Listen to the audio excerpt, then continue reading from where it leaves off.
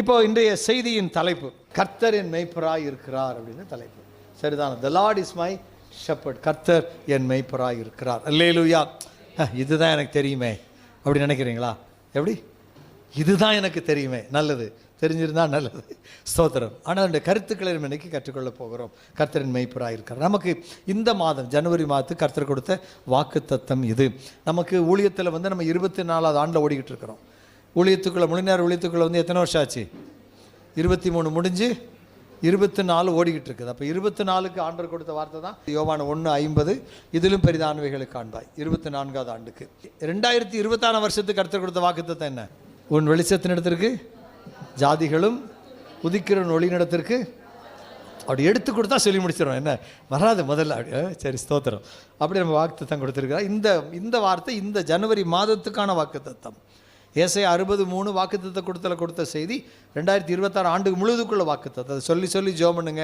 கர்த்தர் உங்களை மேன்மைப்படுத்தி ஆசீர்வதிப்பார். அப்போ கர்த்தர் என் மேய்ப்பராய் இருக்கிறார் என்ற வார்த்தையை பார்க்க, இந்த சங்கீதக்காரன் எழுதும்போது இந்த சங்கீதம் எல்லாருக்கும் ரொம்ப விருப்பமான பிரியமான ஒரு சங்கீதமாக இருக்கிறது. It's the most beloved of all songs. எல்லா சங்கீதங்களிலும் அதிக விரும்பின சங்கீதம் இது. எல்லாரும் 23 சொல்லிடுவோம், அப்புறம் எல்லாரும் 91 சொல்லுவோம். இப்படி சில சங்கீதங்கள் வச்சுருக்கிறோம். அதில் 23 சின்ன சங்கீதம் கூட. அதனால் சின்ன பிள்ளைகளுக்கு நம்ம சொல்லிக் கொடுக்குறோம். குட்டி பிள்ளைகளுக்கு நம்ம என்ன சொல்லுவோம்? கர்த்தரின் மேய்ப்பராக இருக்கான்னு சொல்லுவோம். அது கட்டியாய் மேய்ப்பா இருக்கா அப்படி சொல்லுவோம். திக்கி சொல்லுவோம். அதை பார்த்து சந்தோஷப்படுவோம். சபையில் கூட மைக்கை கொடுத்து சொல்லுவோம். ஸோ இதெல்லாம் சந்தோஷம். அப்போது இந்த கர்த்தரின் மேய்ப்பராக இருக்கிறார் என்ற 6 வசனங்களே அடங்கிய இந்த சங்கீதம் உலக பிரசித்தி பெற்றது. உலகத்தில் எந்த நாட்டில் போய் எந்த சபையில் யார்கிட்ட கேட்டாலும் இந்த சங்கீதத்தை சொல்லிடுவாங்க. அப்படி தானே? அப்போ அவ்வளவு பிரபலமான ஒரு சங்கீதம். ஆகவே இந்த சங்கீதம் தேவன் தம்முடைய பிள்ளைகளுக்கு செய்கிற நல்ல காரியங்களை குறித்து பேசுகிறது, நன்மைகளை குறித்து பேசுகிறது. It speaks about the goodness of God towards his people.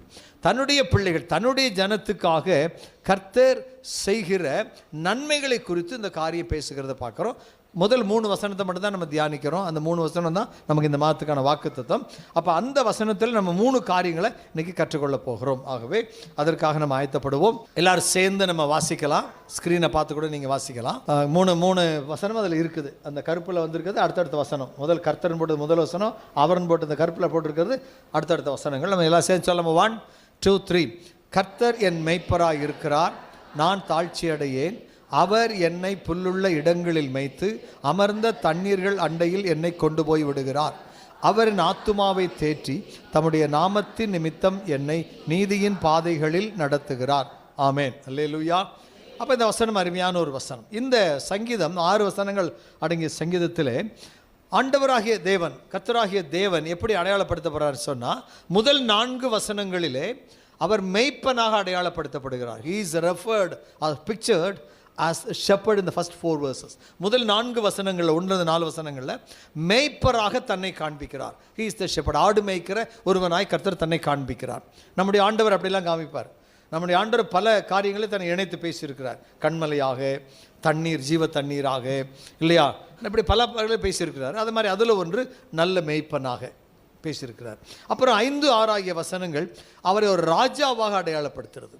முதல் 4 வசனங்கள் மேய்ப்பனாகவும், அடுத்த 2 வசனங்கள் ராஜாவாகவும் அவரை அடையாளப்படுத்துது. நம்ம முதல் 3 வசனம் மட்டும்தான் நம்ம பார்க்க போகிறோம். ஷெப்பர்ட் அண்ட் த கிங் ரெண்டுமே இந்த சங்கீதத்தில். என்றைக்குமே சங்கீதம் சொல்லும்போது சங்கீதம் 1ஆம் அதிகாரம் சொல்லவே கூடாது. சங்கீதம் 1, சங்கீதம் 2, சங்கீதம் 3. நீங்கள் அதை எடுத்து பாருங்கள், பைபிளில் பார்த்தா தெரியும்.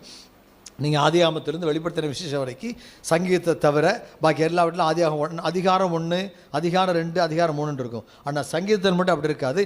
சங்கீதம் 1, சங்கீதம் 2, சங்கீதம் 3 தான் இருக்குது. அதிகாரம்னு போட்டிருக்காது. அதனால தான் சொல்கிறேன், சங்கீதத்தை சொல்லும் போதும் சர்ச்சில் வாசிக்க சொல்லி வேத பாடம் கொடுத்தா சங்கீதம் 4ஆம் அதிகாரம்னு சொல்லக்கூடாது. சங்கீதம் 4ன்னு தான் சொல்லணும். மற்ற புத்தகங்களெல்லாம் அதிகாரம் 1, மற்ற எழுதின சுவிசேஷம் 4ஆம் அதிகாரம் அப்படி சொல்லலாம். ஆனால் சங்கீதத்தை மட்டும் அதிகாரம் என்ற வார்த்தை வரக்கூடாது. சங்கீதம் 1, 2, 3, 4, 150 அப்படி தான் நம்ம சொல்லணும். அல்லேலூயா. சரி, என்னைக்கு மனதில் வைத்துக்கொள்ளணும். இந்த சங்கீதத்தை நம்ம வாசிக்கும் போது கர்த்தர் என் மேய்ப்பராக இருக்கிறார், நம்பர் 1. அப்புறம் நான் தாழ்ச்சி அடையேன், என் மேய்ப்பர், நான் தாழ்ச்சி அடையேன். அடுத்து என்னை புல்லுள்ள இடங்களில் மேய்த்து. அப்போ பாருங்கள், இந்த நான் என்னை என்ற வார்த்தை இதில் நிறைய வருது. அதுதான் நான் உங்களுக்கு குறிப்பிட்டு சொல்ல விரும்புகிறேன். அதை நான் இப்படி போட்டிருக்கிறேன், ஒரு வெள்ளை கலரில் போட்டிருக்கேன். முதல்ல இங்கிலீஷில் பர்சனல் சாங். ஒவ்வொரு தனிநபர்களுக்கான சங்கீதம் இது. இதை வாசிக்கிறவர்களுக்கு தனிப்பட்ட நபருக்கு சொந்தமான சங்கீதம். நான் இதை வாசிக்கிறேன், நான் இதை அறிக்கை செய்கிறேன்னா அது எனக்கு சொந்தமான சங்கீதம்.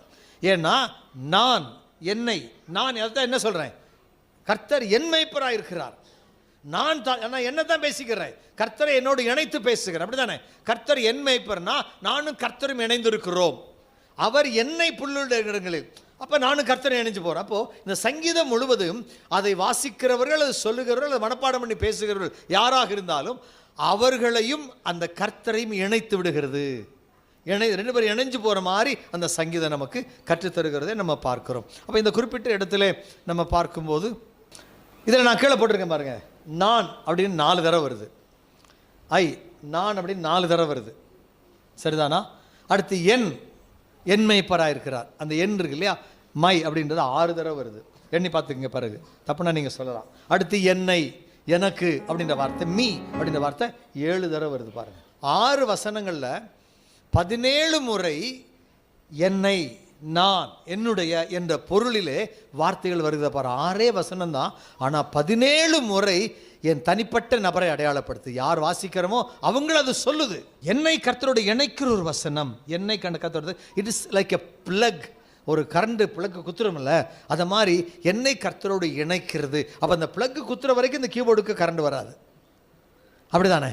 அப்போது பிளக்கை குத்தியாச்சு, அப்புறம் சுவிட்ச் வேறு போடணும்ல, அது வேறு இருக்குல்ல. அப்போ நான் என்னையும் கர்த்தரை இணைத்து அந்த கரண்டை பாஸ் பண்ணி விடுற, கர்த்தருடைய வல்லமை எனக்குள் கடத்தி விடுகிற, கர்த்தருடைய விடுதலை எனக்குள் கடத்தி விடுகிற, கர்த்தருடைய ஆசீர்வாதத்தை எனக்குள் கடத்தி விடுகிற ஒரு தனிநபர் ஆசீர்வாத சங்கீதம் இது. ஆமாவா இல்லையா? கைதட்டி நன்றி சொல்ல. ஏன்னா அத்துணை முறை இது நான் என்றும் என்னுடையது என்றும் வந்திருக்கிறத நம்ம பார்க்குறோம். நான் எண்ணி ஒரு முறைக்கு 2 முறை எண்ணி தமிழில் இங்கிலீஷில் எண்ணி தான் எழுதி வச்சிருக்கிறேன். அதனால் சந்தேகம் வந்து நீங்கள் பார்த்துட்டு தப்புனா எனக்கு ஃபோன் பண்ணியே சொல்லலாம், நான் என்னை திருத்திக் கொள்வேன். அல்லேலூயா. அப்போ இதனால தான் நான் சொல்கிறேன், இது தனிநபர் சங்கீதம், பர்சனல் சாங், எனக்கு சொந்தமான சங்கீதம். ஏன்னா என்னை பேசுகிறது, என்னையும் கர்த்தரோடு இணைத்து, it speaks about me, connect me with the God. என்னை தேவனோடு இணைத்து என்னை பற்றி பேசியிருந்த சங்கீதம்.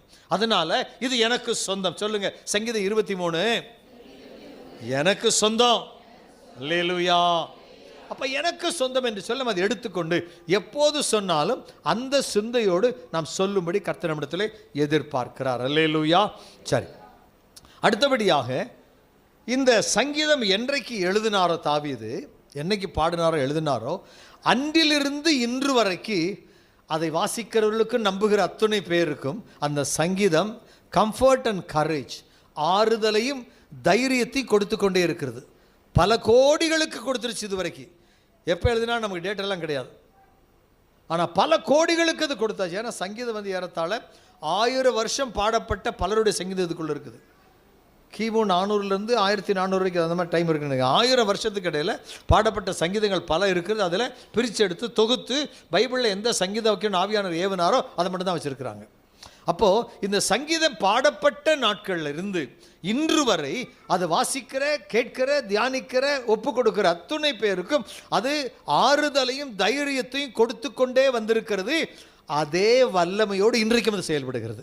எழுதும்போது என்ன வல்லமையோ அதே வல்லமை இன்றும் அது செயல்படுகிறது. அல்லேலூயா. ஸோ இந்த சாம் has given comfort and courage to millions of believers. பல கோடி லட்சங்கள், அதாவது 1 மில்லியனா 10 லட்சம், 1 மில்லியனா 10 லட்சம், 10 லட்சம் பேர் தான் சொல்லியிருப்பாங்களா? இதை இல்லை, பல கோடிகள் சொல்லியிருப்பாங்க. அத்தனை கோடி விசுவாசிகளுக்கும் இந்த வாழ்நாளெல்லாம், கடந்து வந்த வருடங்கள் எல்லாம் அது எப்படி ஃப்ரெஷ்ஷாக இல்லையா? நம்ம ஏதாச்சும் சாப்பாடாக்கி வச்சா உடனே சாப்பிட்டா ஃப்ரெஷ்ஷாக சாப்பிட்றோம், சாயந்தரம் சாப்பிட்டா ஃப்ரிட்ஜில் வச்சு எடுத்து தான் சாப்பிட்றோம். ஆனால் இது அப்படி இல்லை, இப்போ ஆக்கின சோறு மாதிரி, இப்போ வச்ச குழம்பு சூடாக சாப்பாடு போட்டு சோறு தானே எப்படி இருக்கும், அந்த மாதிரி ஃப்ரெஷ்ஷாக அன்னைக்கு எப்படி இருந்துச்சோ இன்னைக்கு அப்படியே இருக்கிறது. அந்த வசனங்கள், அதில் வார்த்தைகள் ஒவ்வொன்றும். ஆகவே இன்றைக்கு நான் வாசித்தாலும் தாவீது எந்த ரசனையோடு கரிசனையோடு ஆவியில் ஏவப்பட்டு எழுதினாரோ அதே ரசனையும் கரிசனையும் வல்லமையும் அபிஷேகமும் அந்த உயிரும் அதுக்குள்ளே காண, உயிர் இருக்குது அதுக்குள்ள, இட் ஹஸ் லைஃப், உயிர் இருக்கிறது. அதை இன்றைக்கு நம்ம வாசித்தாலும் அது எனக்கு உதவி செய்கிறது நான் பார்க்கிறோம். இயேசு கிறிஸ்துவ கூட புதிய ஏற்பாட்டில் அநேக புத்தகங்கள் இருந்து பழைய ஏற்பாடுன்னு எடுத்து பேசுவார். இயேசு பேசும்போது புதிய ஏற்பாட்டில் பழைய ஏற்பாட்டில் என்ன அவரை குறித்து எடுத்து பேசுவார். அதில் பேசும்போது அவர் ஒரு சங்கீதத்தை பல இடங்களில் சொல்கிறார் நிறையா காரியம். அதில் ஷெப்பர்டு, மெய்ப்பன் என்ற குரலில் நிறைய புத்தகங்களில் பேசுகிறார். அது முக்கியமாக யோவானில் நிறையா பேசுகிறாரு. அதில் யோவான் 10:11 அது சொல்லுகிறது நானே நல்ல மேய்ப்பன். அல்லேலூயா. தாவீது கர்த்தரின் மேய்ப்பராக இருக்கிறார். அந்த கர்த்தர் சொல்லுகிறார் நானே நல்ல மேய்ப்பன். அல்லேலூயா. அப்போது தாவீது இயேசுவை குறித்து பாடுறார். பழைய ஏற்பாட்டில் இயேசு இருந்தார் தானே? இயேசு இருந்தாரா இல்லையா? பழைய ஏற்பாட்டில் இருந்தார், பல இடங்களில் வெளிப்பட்டிருக்கிறார். Right, okay.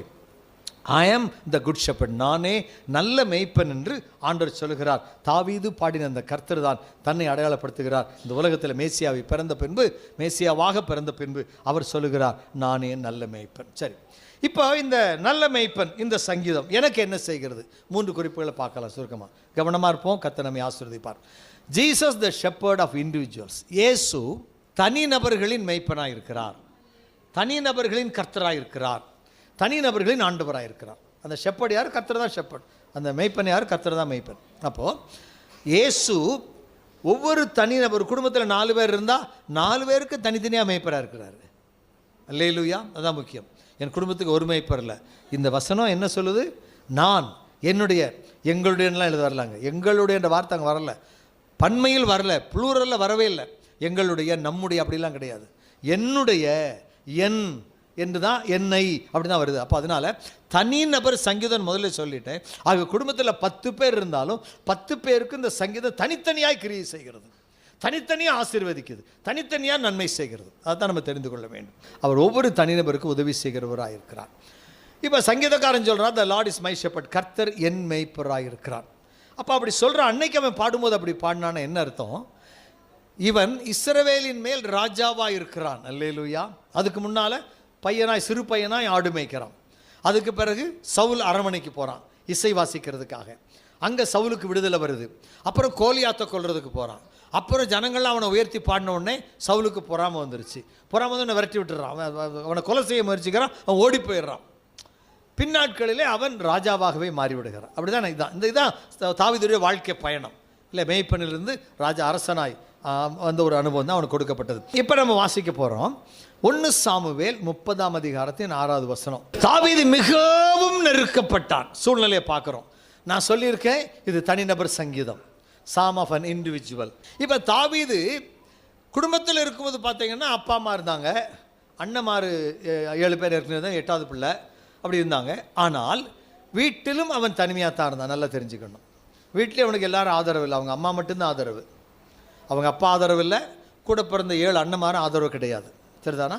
அது வந்து சரித்திர பின்னணியம். அப்போ இந்த தாவீது வீட்டில் இருக்கும்போது தனிமைப்படுத்தப்பட்டு விட்டான். வீட்டிலையும் அவன் வந்து ஆடு மேய்ச்சிக்கிட்டு இருப்பான். எப்போதாவது வீட்டுக்கு வருவான். அவனை எல்லாரும் மேஜையில் உட்காந்து அப்பம் புசிப்பாங்க குடும்பமாக. ஆனால் இவனுக்கு மட்டும் தரமாட்டாங்க. அவனை தனி தரையில் கீழே உட்கார வச்சு சாப்பாடு கொடுப்பாங்க.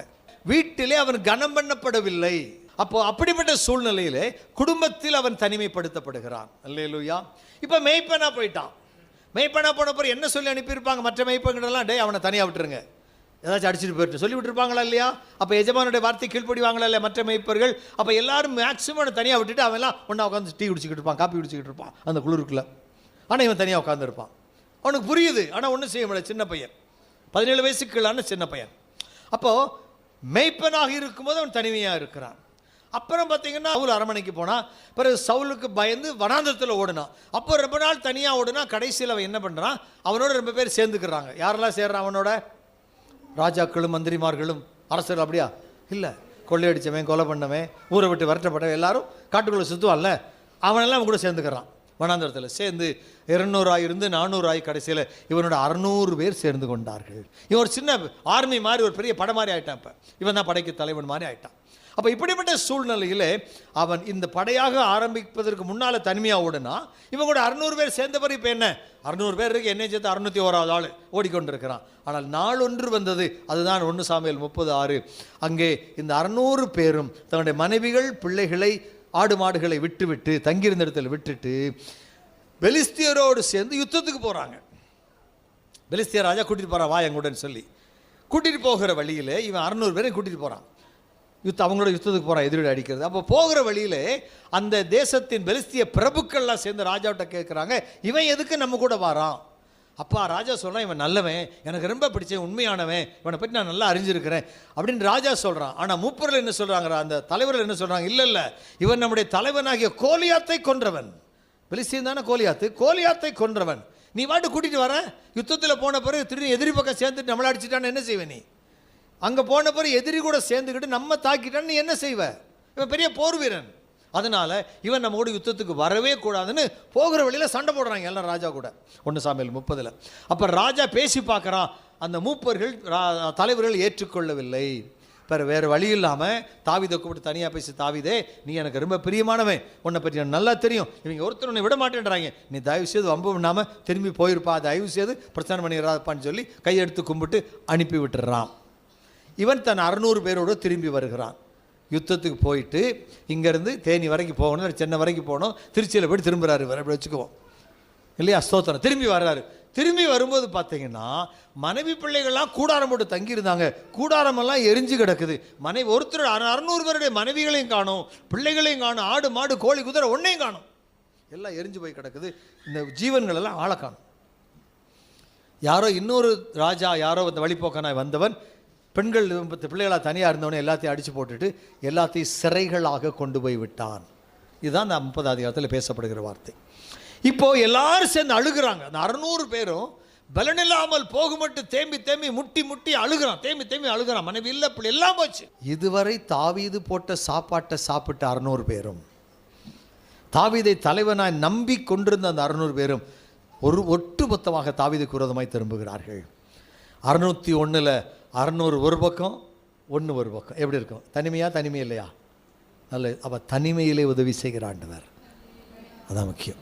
600 பேர் கூட இருந்தாங்க, அவனுக்கு ஒரு தெம்பு இருந்திருக்கும். இப்போ 600 ஒதுங்கிட்டான், நான் தனியாக நிற்கிறான். வழக்கம் போல் அவனுக்கு தனிமை தானே எப்போதுமே வாழ்க்கை. சிறுவனாக இருக்கும்போது எங்கே போனாலும் வாழ்க்கை எப்படி தனிமையான வாழ்க்கை. அப்போ இங்கேயும் தன்னோடு நம்பிக்கைக்குரியவர்களாக இருந்தவர்களும், தன்னோட யுத்தத்துக்கு வந்தவர்களும், தன்னிடத்தில் யுத்தம் பழகினவர்கள், இவன் யுத்தம் சொல்லி கொடுத்துருப்பான் இல்லையா, சொல்லி பழகினவர்களும், தான் சுத்தம் பண்ணி ஜெயிச்சு வந்ததில் சாப்பாடு சாப்பிட்டவர்களுமாகிய இவர்களே, இவங்க மனைவி பிள்ளைகள் எல்லாம் ஊரே விரட்டி தள்ளிடுச்சு.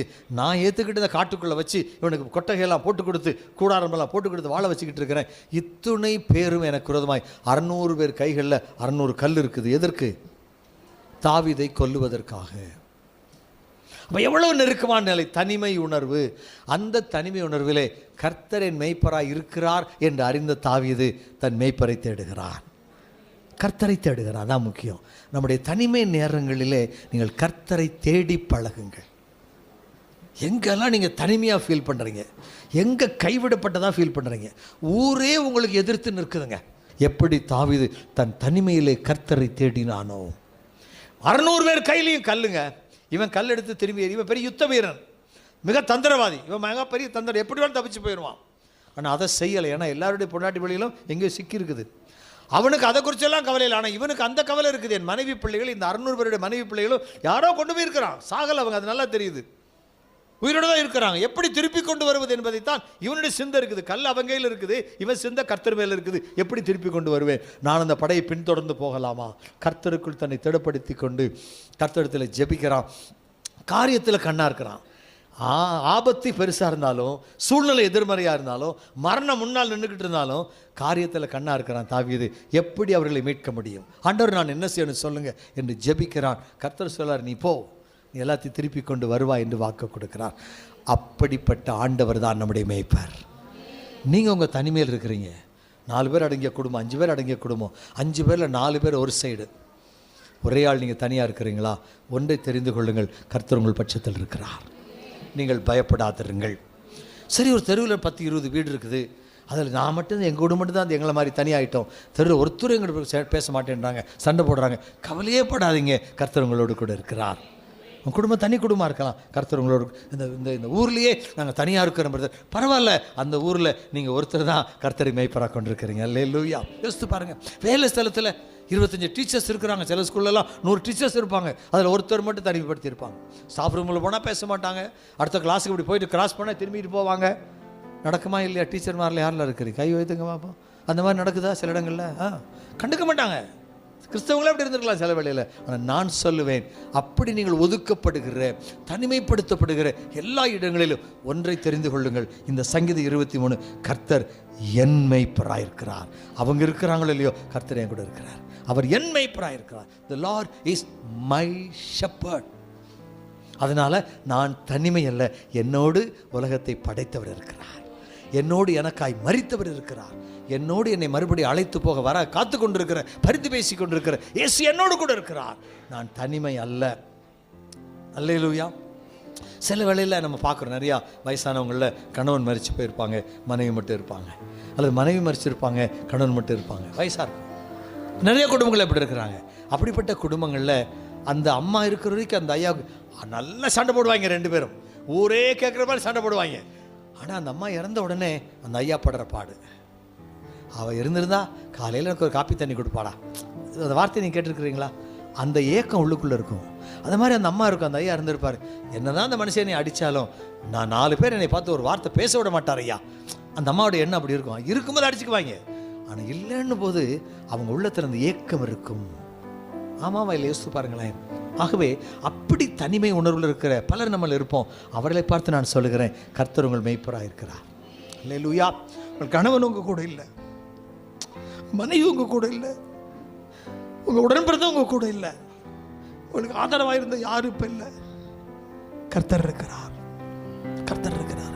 எந்த சூழ்நிலையில் எல்லாரும் இருந்து தனிமையை உணர்ந்தாலும் சரி, வேண்டியவங்க இருக்க வேண்டியவங்க இல்லாமல் போய் தனிமை உணர்ந்தாலும் சரி, ஒன்றை மட்டும் தெரிந்து கொள்ளுங்கள், கர்த்தர் நம்மோடு கூட தான் இருக்கிறார். அவர் என் மேய்ப்பர்.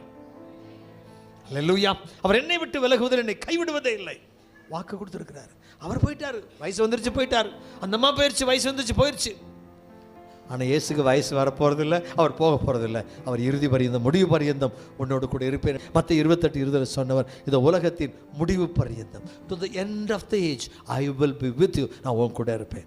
எத்தனை பேர் விசுவாசிக்கணும்? அல்லேலூயா. கைவேர்த்து அல்லேலூயா சொல்லலாமா? சரி. அப்போ அந்த மாதிரி ஆண்டவர் தாவீது பார்க்குறான். தனிமையிலே அவன் ஆண்டவரை பெற்றுக் கொள்கிறான். நான் சொல்கிறேன், அவர் தனிமையானவர்களின் ஆண்டவர். தனிமையானவர்களின் ஆண்டவர். நான் எப்போ சக்கரமாக பார்க்க, சக்கரமாக எல்லாரும் பேசுவாங்க. அவன் வீட்டுக்காரை பற்றி அவ்வளோ பெருமையாக பேசுவாங்க. அவங்க மூட்டை தூக்கி இப்படி அந்த நெல்லை அறுவடை பண்ணி அப்படி தூக்கி போடுவாராம். ஒரு வாலிபம் கூட தூக்க மாட்டான்ப்பா, அப்படி தூக்கி போடுவார். இப்படி அவ்வளோ பெருமையாக பேசுவாங்க அவங்கள குறித்து. ஆனால் அவங்க இல்லைன்ற உணர்வு அவங்கள தாக்கி இருக்கத்தானே செய்ய. யோசித்து பாருங்கள். அப்போ அதை மாதிரி நம்முடைய வாழ்க்கையில் யாராக இருந்தாலும், நம்முடைய குடும்பத்தில் ஒரு இழந்திருப்போமையானால் அந்த நேரத்தில் சங்கடப்படாமல், சங்கடம் வரும், ஆனால் கர்த்தரை நினைத்து அந்த சங்கடத்தை மேற்கொள்ளுங்கள். அவர்கள் இல்லை, ஆனால் கர்த்தர் இருக்கிறார். அல்லேலூயா. என்னை ரொம்ப நேசிச்ச அண்ணன் இல்லை, என்னை ரொம்ப நேசிச்ச தங்கச்சி இல்லை, ஆனால் கர்த்தரை கூட இருக்கிறார். ஆமென். சரி. அப்போ அப்படியாக உள்ள பெற்றோரில் பிள்ளைகள் என்ற பலவிதமான காரியங்கள் இருக்கிறார். அந்த Jesus the lord of individuals, அவர் தனிமையானவர்களின் தேவன் என்பதை நம்ம தெரிந்து கொள்ளும். இப்போது வேதத்தில் யாரெல்லாம் தனிமையாக இருந்தான்னு பார்த்தீங்கன்னா நிறையா இருக்குது. நம்ம ஒன்று உதாரணம் மட்டும் பார்க்கலாம். நியாயாதிபதிகள் புஸ்தகத்தில் வாசித்தார் மணியராயிரும் கதை நமக்கு, நிகழ்ச்சி நமக்கு எல்லாம் தெரியும். நியாயாதிபதிகள் புஸ்தகத்தில் 15ஆம் அதிகாரத்தில் 9 முதல் 16 வரை உள்ள வசனங்களிலே ஒரு நிகழ்ச்சியை நம்ம பார்க்குறோம். அங்கே சிம்சோன் என்ற மனிதன் இருக்கிறான். சிம்சோன் என்ற மனிதன் என்ன செய்கிறான்? பெலிஸ்தருக்கு விரோதமாக எழுப்பி சில காரியங்களை செய்துவிட்டு அவன் ஒரு மலை குகையில் போய் அவன் தங்கியிருக்கிறான். இப்போ பெலிஸ்தியர்லாம் என்ன செய்கிறாங்க? நம்முடைய பயிர் வகைகள்லாம் எரிச்சு போட்டதை யாருன்னு விசாரித்த போது, யார் எரிச்சு போட்டா? பெலிஸ்தியர் விதைச்சிருக்கிறாங்க, நல்லா விளைஞ்சு நிற்குது நிலம். அப்போது இவன் விரும்பின பெண்ணை, பெலிஸ்திய பெண்ணை அவங்க வேறொரு ஆளு கல்யாணம் முடிச்சு கொடுத்துட்டாங்க அந்த பெலிஸ்தியர்கள். அதனால் கோவப்பட்டு சிம்சோன் என்ன செய்கிறான்? நரிகளை பிடித்து 2 நரிகளை வாளோட வால் சேர்த்து கட்டி, 2 நரியை வாலை சேர்த்து கட்டிடுறது. ஒரு நரிக்கு தலை அந்த பக்கம் இருக்கும், ஒரு நரி தலை இந்த பக்கம் இருக்கும். 300 நரிகளை பிடிச்சி 150 பேரா கட்டி அந்த வாலில் தீ வச்சு விட்டுறான். இப்போ தீ வச்சு விட்டு எங்கே விட்டுறான்னா வயலுக்குள்ளே கொண்டு விட்டுறான். வயலுக்குள்ளே நிப்பாட்டி தீ வச்சு எல்லா 2 சேர்த்து வால் கட்டினால தீ வச்சு விட்டுட்டான். இப்போ என்ன செய்யுது? தீ பிடிச்ச உடனே இந்த நரி அந்த பக்கம் இழுக்குது, இந்த நரி 300 நரியை பிடிச்சிருக்கான் பாருங்க. காட்டில் போய் தேடி உட்காந்து 300 நரியை பிடிச்சிட்டு வந்துருக்கான் ஒத்தையானு.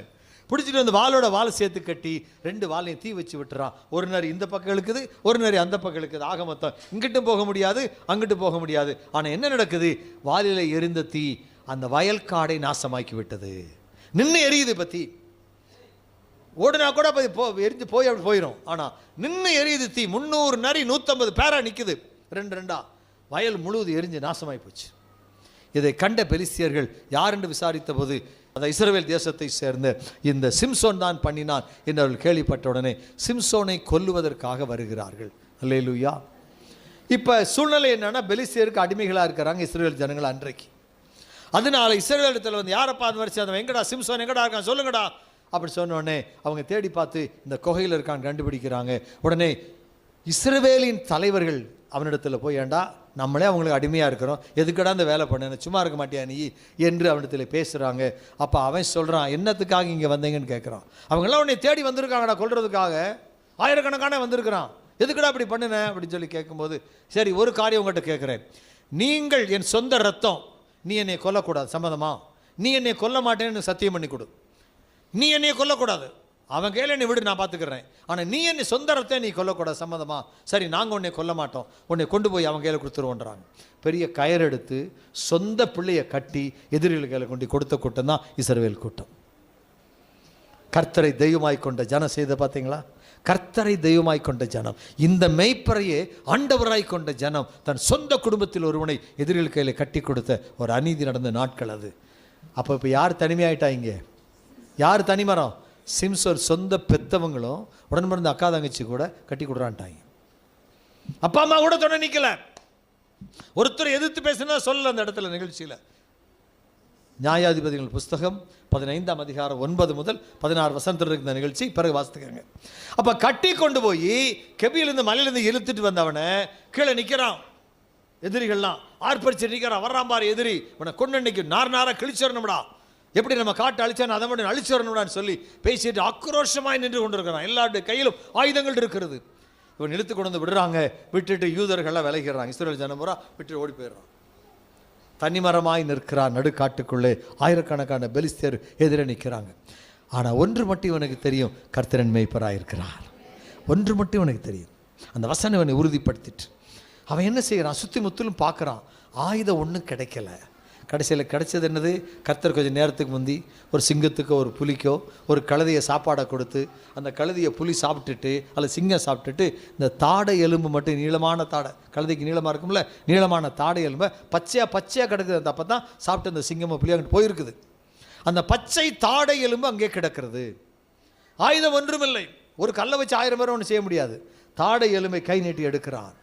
அந்த ஒரு பச்சை தாடை எலும்பை வைத்து 1000 பெலிஸ்தியரை ஒருமிக்க கொன்று போட்டான். 1000 பெலிஸ்தியரை ஒருமிக்க கொன்று போட்டான். மற்றவங்களாம் ஓடி போயிட்டான் பயந்து, உன்னால் நிற்க முடியல. கர்த்தரின் மேய்ப்பராய் இருக்கும்போது என் குடும்பமே என்னை கைவிட்டாலும் என் கர்த்தர் என்னை கைவிட மாட்டார்.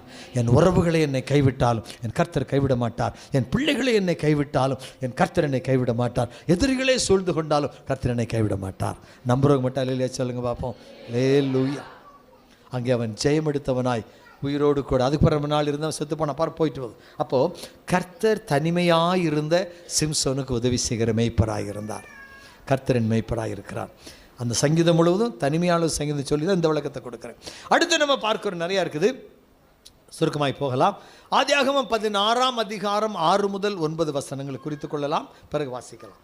ஆதியாகமம் 16 6 to 9, ஆதியாகமம் 21 8 to 21. இந்த வசனங்களிலே ஆகார் அப்படின்ற ஒரு பெண்ணை பார்க்கிறோம். ஆகார், இந்த ஆகார் என்ற பெண் ஆபிரகாம் வீட்டிலே அடிமை பெண்ணாக இருந்தாள். ஆபிரகாமுடைய மனைவியாகிய சாராளுக்கு அவள் ஷி வாஸ் ஸ்லேவ். அவள் சாராளுக்கு அடிமையாக இருந்தாள். இப்போ அவள் 2 நேரங்களிலே தனிமைப்படுகிறாள். முதல்ல அவள் கர்ப்பவதி ஆகிறாள். கர்ப்பவதி ஆனவுடனே அவளுடைய தலைவியாகிய அந்த அம்மா சாராள் அவளை ரொம்ப இழுக்காக நடத்துகிறாங்க.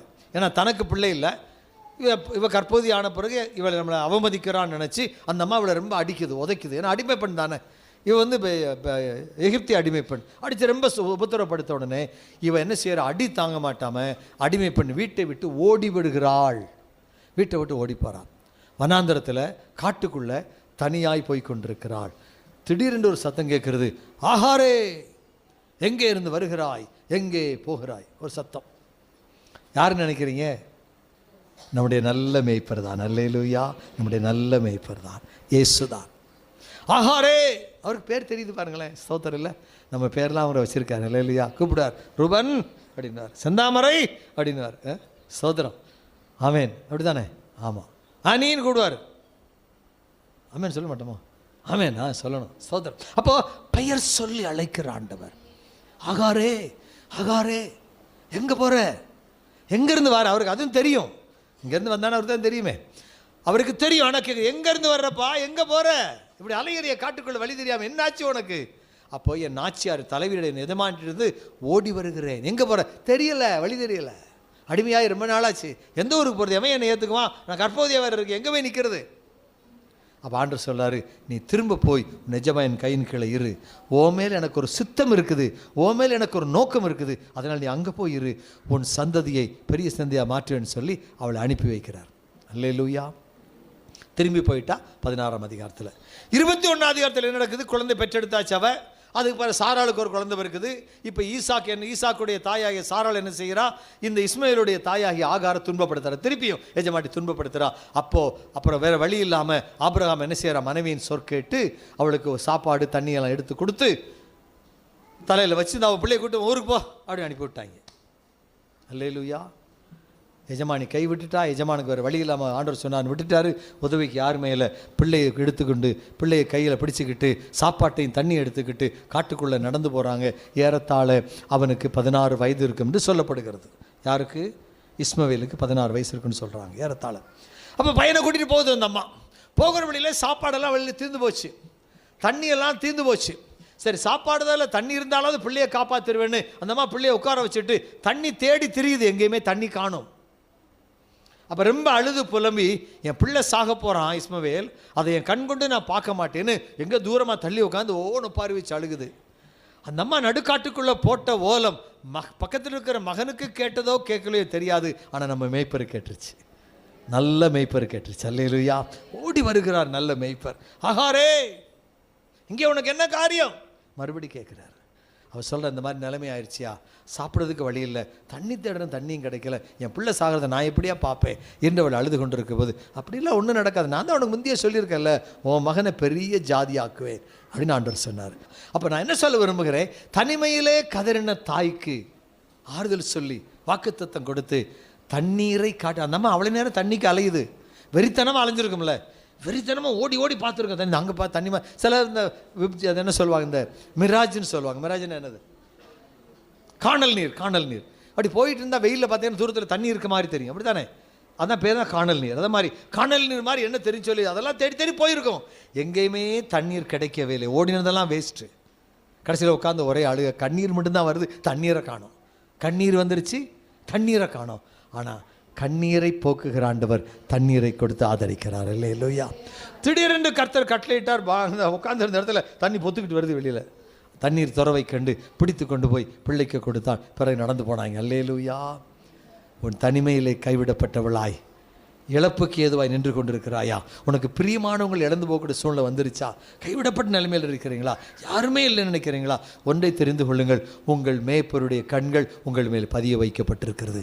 நீங்கள் எங்கே இருந்தாலும் பார்த்துக்கிட்டு தான் இருக்காரு.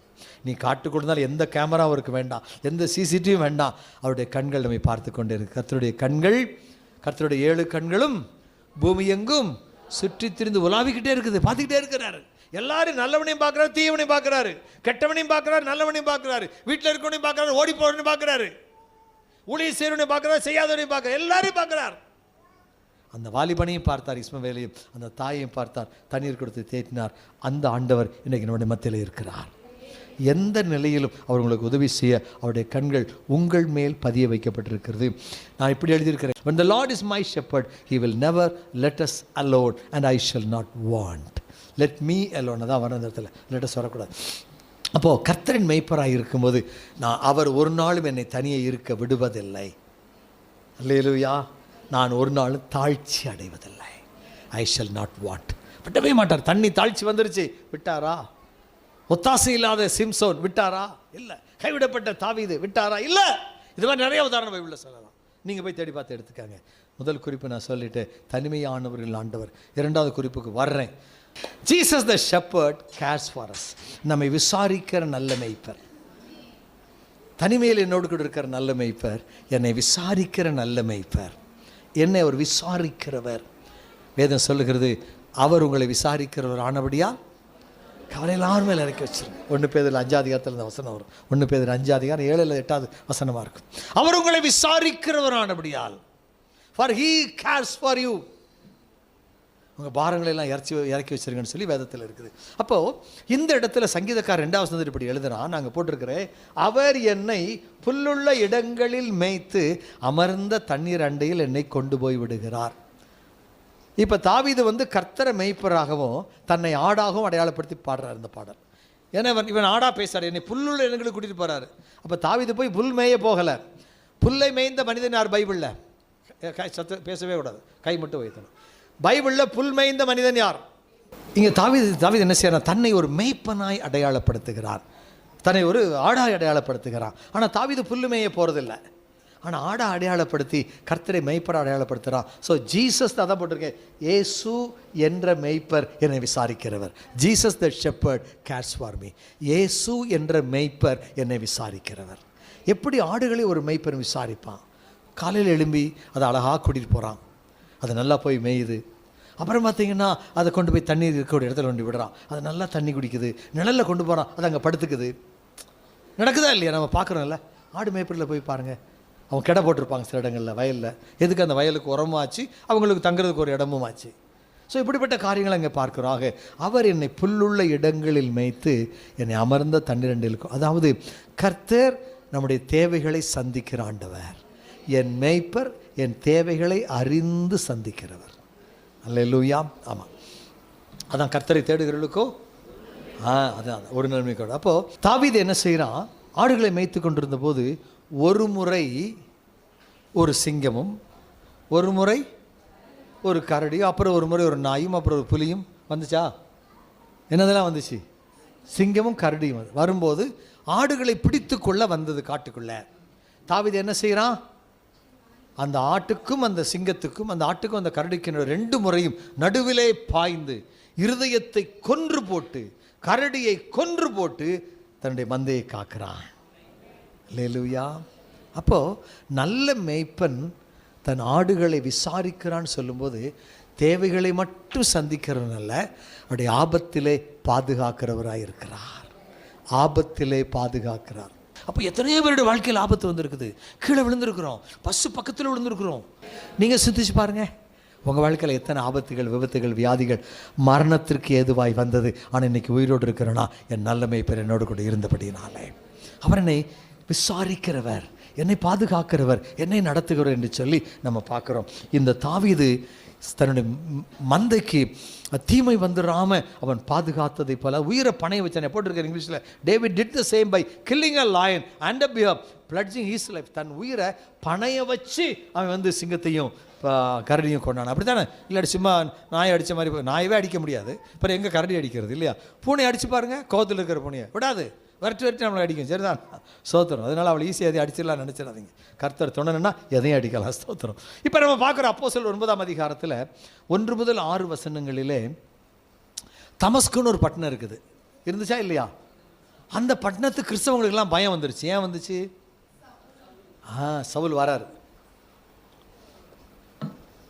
சவுலை பார்த்து அவங்க எதுக்கு பயப்படணும் அப்படின்னா, அந்த சவுல் அதிகாரிகளிடத்திலே கடிதம் பெற்றுக்கொண்டு தமஸ்கு பட்டணத்தில் இருக்கிற கிறிஸ்துவை ஆராதிக்கிற எல்லாரையும் கட்டி சிறைப்படுத்துறதுக்கு போய்கிட்டு இருக்காரு. கூட வீரர்கள் இருக்காங்க, போர் வீரர்கள், சவுல் கூட. அப்போ இவன் எல்லா இடங்களிலும் போய் கிறிஸ்தவர்கள் இப்போ நடக்கிற மாதிரி தான் அடிக்கிறது, சபை இடிக்கிறது, பிடிச்சிட்டு போய் சிறை வச்சிடுறது, சிறையில் போட்டுறது. இதே அவன் தொழில். ஸ்தேவான் சாவதற்கு இவன் காரணமாக இருந்திருக்கிறான். ஒரு கொலையில் கூட உனக்கு பங்கு இருக்குது. அப்படிப்பட்டவன் அதிகாரிகிட்ட கையெழுத்து லெட்டர் வாங்கியிருக்கிறான். நீதிபதி உத்தரவு போட்டார், போட்டு சொல்லிட்டார். அதை மாதிரி கையெழுத்து வாங்கியிருக்கிறான், லெட்டர் கையில் இருக்குது. வச்சுக்கிட்டு அந்த தமஸ்கு என்ற பட்டணத்துக்கு வந்து கொண்டிருக்கிறார். கர்த்தர் வரும் வரை பொறுமையாய் காத்திருந்தார். அல்லேலூயா. இப்போ பட்டணத்துக்குள்ள ஒரே கலக்கம். ஏன்? சவுல் வாரான். எவனை பிடிப்பானோ, எவனை அடிப்பானோ, எவனை சிறையில் கொண்டு போய் போடுவானோ, ரொம்ப முரட்டு சுபாவம் உள்ளமே, பயங்கரமான ஆள். ஊரில் பேசிக்கிறாங்க எல்லாரும், 2 பேர் என்ன பேசிக்கிறீங்க? சவுல் வந்துக்கிட்டு இருக்கானா, ஐயோ ஓடு, அங்கே ஓடு, இங்கே ஓடு. இது தமஸ்கு பட்டணத்தின் கிறிஸ்தவர்களின் நிலை அன்றைக்கு. அப்போஸ்தலர் 9ஆம் அதிகாரத்தில் இவன் கம்பீரமாக வாரான். அந்த பட்டணத்தில் 100 பேரை பிடிச்சேன், இதில் 120 பிடிச்சி பேர் வாங்கிக்கிறேன்டா அப்படின்னு பெரிய வீரப்பா வந்துக்கிட்டு இருக்கிறாரு. படை வீரர்களோடு சங்கிலிகளோடு கட்டி கொண்டு போவதற்காய் வந்து கொண்டிருக்கிற வேளையில் தமஸ்குக்கு பக்கத்தில் வர்ற வரைக்கும், சாந்தி நகர் அந்த பஸ் ஸ்டாண்ட்லேருந்து உள்ளே திரும்புகிற வரைக்கும் ஆண்டவர் விட்டுட்டார். அல்லேலூயா. ஜெபமயத்துக்கா நீ வாடா மகனே அப்படின்னு ஜெபமயத்தில் அந்த திரும்புகிற இடத்துல ஆண்டவர் நிற்கிறார். இது இவனுக்கு தெரியாது. கர்த்தர் நின்னது ஜனங்களுக்கும் தெரியாது, சவுலுக்கும் தெரியாது. கர்த்தர் யாருன்னு இவனுக்கு தெரியாது. திடீரென்று கர்த்தர் அங்கே காட்சி கொடுக்கிறார், அவனுக்கு தோன்றுகிறார். பிரகாசம், பயங்கர பிரகாசம், பயங்கர வெளிச்சம். அந்த வெளிச்சத்திலே சவுலுடைய கண்கள் குருடாய் போச்சு, பார்வை போயிடுச்சு. தரையில் விழுந்து விடுகிறான். போர் வீரர்கள் அதிர்ச்சி அடைந்து கூட வந்த அதிர்ச்சி, என்ன நடக்குன்னு தெரியல. ஒரு வெளிச்சம் மட்டும் தெரியுது. இந்த மனுஷன் மாதிரி தலைவர் கீழே விழுந்துட்டாரு. எந்த தலைவராக இருந்தாலும் கர்த்தருக்கு முன்னால விழுந்தது ஒன்றும் இல்லை 0. எத்தனை பேரை பிடிச்சா கர்த்தரால் நிற்க முடிஞ்சது இல்லை. அதனால தான் சொல்கிறேன், மெய்ப்பர் நம்மோடு இருக்கார், பயமா இருங்க, தைரியமாக இருங்க, பயப்படாதீங்க, அவர் பார்த்துக்கொள்வார். அப்போ என்ன நடக்குது அந்த இடத்துல? எல்லாரும் பயந்து நிற்க, அந்த வீரர்கள்லாம் பயந்து நிற்கிற வேளையில் திடீர்னு சத்தம் கேட்குது. வீரர்களுக்கு சத்தம் கேட்கல, சவுலுக்கு மட்டும் தான் சத்தம் கேட்குது. சவுலே சவுலே. எப்படி இருக்கு அந்த வார்த்தை? இப்போ வந்து ஆண்டவர் கூப்பிட்டு எப்படி இருக்கும் அந்த வாய்ஸ்? நான் மைக்கில் பேசினா நல்லா எல்லோரும் கேட்குற மாதிரி, மைக்கே இல்லாமல் ஸ்டஃபி ஸ்டஃபி அப்படி கூட எப்படி இருக்கும்? என்ன ஸ்டஃபி, சூப்பராக இருக்குங்களா? யோசித்து பாருங்கள். அப்போ அந்த வாய்ஸ் அது அப்படி அந்த ஏரியாவை அதிர்ற மாதிரி இருக்குது. அது பயங்கரமான வாய்ஸாக இருக்குது. அவனுடைய கண்கள் குருடான, செவியெல்லாம் காதெல்லாம் செவிடாகிற மாதிரி சத்தம் கேட்குது அவனுக்கு. நீர் யார் அப்படின்னு கேட்குறான். கீழே விழுந்து கிடக்கிறான், கண்ணு தெரியல. யார் என் பேரை சொல்லி கூப்பிட்றேன், யார்? ஆண்டவர். ஆண்டவரேன்ற அந்த இடத்துல ஆண்டவரே நீர் யார்? இப்போ ஆண்டவர்னு ஓரளவுக்கு வந்துருச்சு அவனுக்கு வார்த்தை. ஆண்டவரே நீர் யார்? அவர் சொன்ன, நீ துன்பப்படுத்துகிற இயேசு நானே. அதே இயேசு என் நல்ல மேய்ப்பராக இருக்கிறார். ஆபத்தில் எனக்கு தோள் கொடுக்க போகிறார், பயத்தில் எனக்கு உதவி செய்ய போகிறார். தமஸ்கு கிறிஸ்தவங்களாம் பயந்துருக்கிறாங்க. நடுவில் மேய்ப்பராகிய கிறிஸ்து நின்று கொண்டு தன் ஆடுகளை காக்க களமிறங்கி விட்டார். உங்கள் ஆபத்திலே, உங்கள் வேதனையிலே, உங்கள் போராட்டத்திலே, உங்கள் எதிர்ப்பிலே உங்களை காக்க உங்கள் மேய்ப்பர் களமிறங்கி இருக்கிறார்.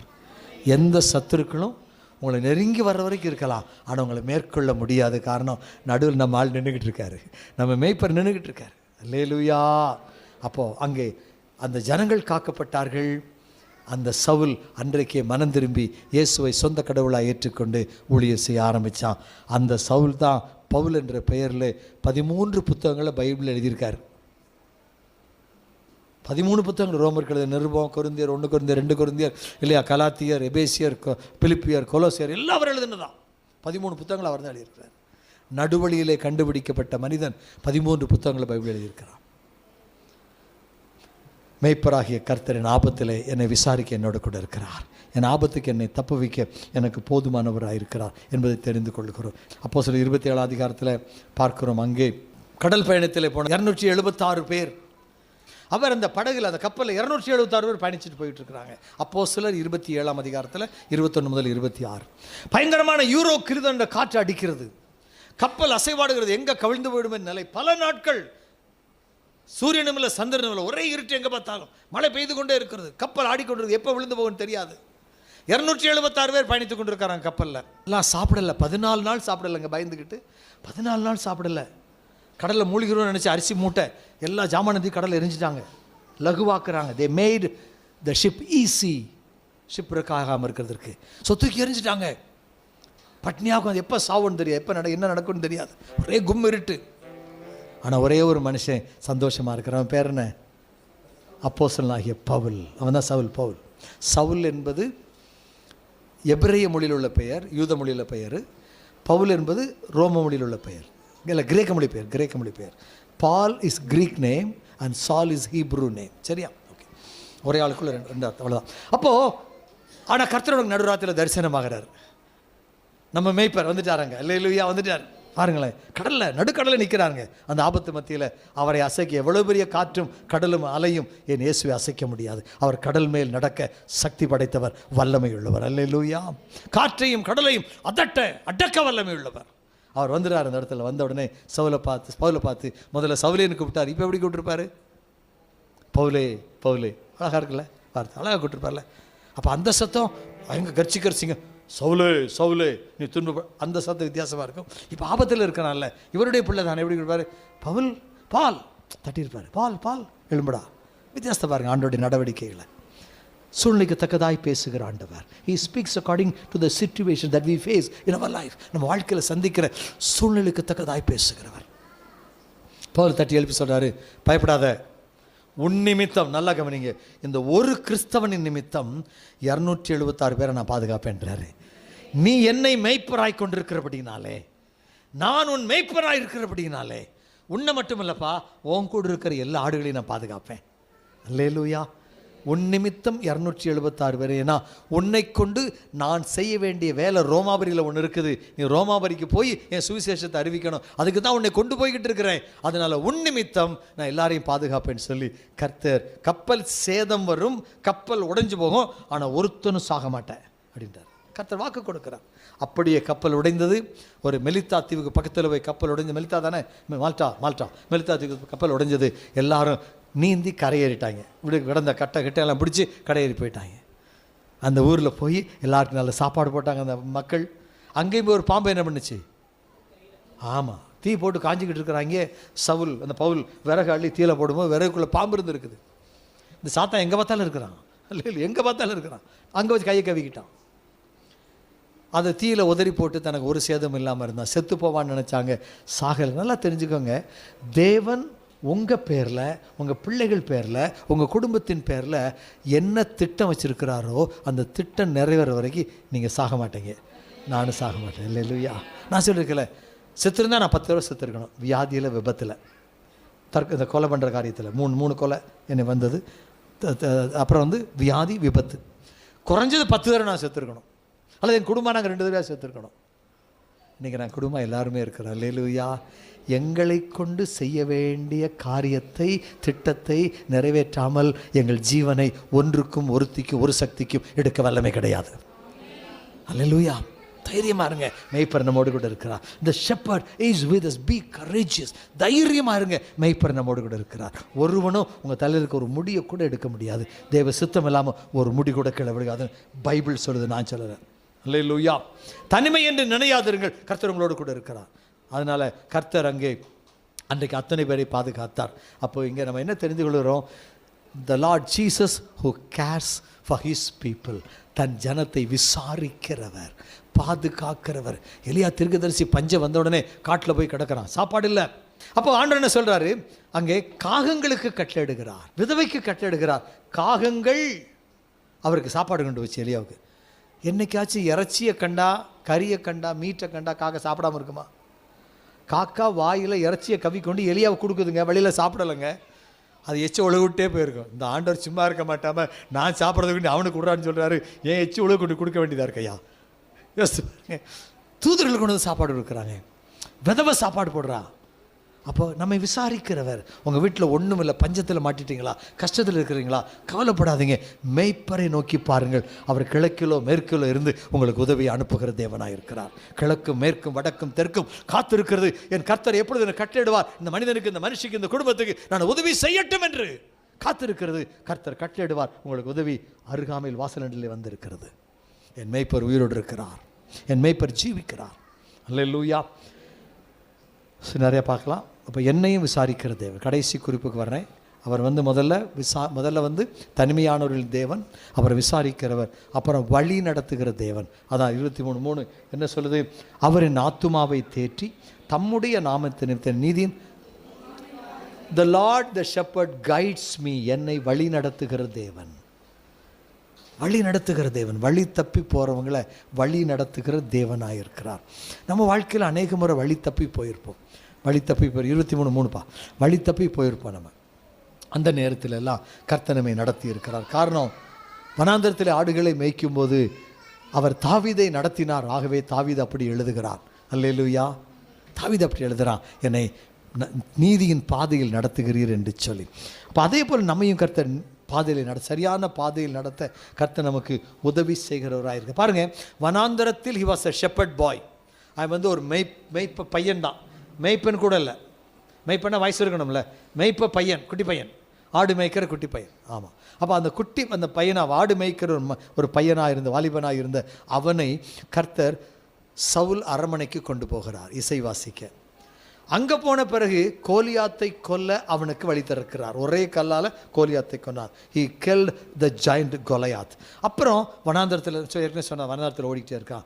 கடைசியில் எந்த சிங்காசனத்தில் உட்கார்ந்திருந்த சவுல் அவனை விரட்டினானோ அதே சிங்காசனத்தில் தாவீதை கர்த்தர் உட்கார வைத்தார். அவர் தான் நம்முடைய நல்ல மேய்ப்பர். எங்கே உங்களை வெறுக்கிறாங்க, எங்கே உங்களை ஒடுக்குறாங்க, எங்கே உங்களை துரத்துறாங்க, அந்த இடத்துல கர்த்தர் உங்களை மேன்மைப்படுத்துவார். நீங்கள் கர்த்தரை மட்டும் தெய்வமாக ஏற்றுக்கொள்ளுங்கள். நீங்கள் கர்த்தரை மட்டும் மேய்ப்பராக ஏற்றுக்கொள்ளுங்கள். accept the Lord Jesus as your Lord and your shepherd and he will be there for you at any moment of your life. உங்கள் வாழ்க்கையில் எந்த சூழ்நிலையிலும் அவர் உங்களுக்காக நிற்பார். உதவி செய்கிற தேவனாக இருக்கிறார். போகட்டும், செய்தியின் முடிவுக்குள்ள நம்ம வந்துட்டோம். இஸ்ரவேல் ஜனங்கள் வனாந்தரத்தில் நடந்து வந்தபோது அவர் 40 ஆண்டுகள் அவர்களோடு கூட பயணித்தார். பயணிக்கல? எப்படி பயணித்தார்? பகலிலே மேகஸ்தம்பமாய், இரவிலே அப்போ the pillar of cloud by day and the pillar of fire by night, protecting them from all the evil by showing them the life. அதாவது அக்னியாக இருந்தால் வழி காமிப்பார், லைட்டு மாதிரி பாதுகாப்பு இருக்கும். இரவில் குளிர்க்கலாம், அனல் இருக்கும். பாருங்கள் என்ன அதில் எவ்வளோ ஆசீர்வாதம் பாருங்கள். அக்னியாக போகிறாருன்னு என்ன அர்த்தம்? அக்னி தூணாக போனாராம் வழிகாட்டிக்கிட்டு. அப்போ அக்னி என்ன செய்யும்? அனல் மூட்டும். ரெண்டாவது அக்னி வழிகாட்டும். மூணாவது அக்னி சத்துருக்கள் மிருகங்கள் வர முடியாதபடி பாதுகாக்கும் ராத்திரியில். அப்படி தானே? தீய கண்ட மிருகங்களாம் ரொம்ப பயப்படும். பார்த்தீங்கன்னா தெரியும், தீய கண்ட மிருகங்களாம் ரொம்ப பயப்படும். அப்போது ஆண்டவர் 40 ஆண்டுகள் நடத்தினாருங்க. எது வரைக்கும் நடத்தினார்? அவர் சொன்ன வாக்குத்தத்தம் நிறைவேறும் வரை நடத்தினார். ஆமாவா இல்லையா? இன்றைக்கு நான் சொல்லுகிறேன், கர்த்தர் உங்கள் நல்ல மேய்ப்பராக இருக்கிற பட்சத்தில் தன் வாக்குத்தத்தம் நிறைவேறும் வரை அவர் உங்களை நடத்துவார். கரம் பிடித்து நடத்துவார், கரம் பிடித்து நடத்துவார். தேவைப்படும் போது தோள் மேல் சுமந்து கொண்டு போவார், சுமந்து கொண்டு போவார். அதான் பாகம் 1:31 சொல்லும், ஒரு மனுஷன் தன் பிள்ளையை சுமந்து கொண்டு வந்ததை போல நீ நடந்து வந்த 40 ஆண்டுகள் வழியெல்லாம் உன் தேவனாய கர்த்தர் உன்னை சுமந்து கொண்டு வந்தாரே. All through the wilderness for the 40 years the Lord your God carried you on his shoulder. அவருடைய தோள் மேலே சுமந்து கொண்டு வந்தார். அல்லேலூயா, ஸ்தோத்திரம். அதே மாதிரி எலியேசர் என்ற ஒரு மனிதன் பொண்ணு பார்க்க போகிறான். யாருக்கு பொண்ணு பார்க்க போகிறான்? ஈசாக்குக்கு.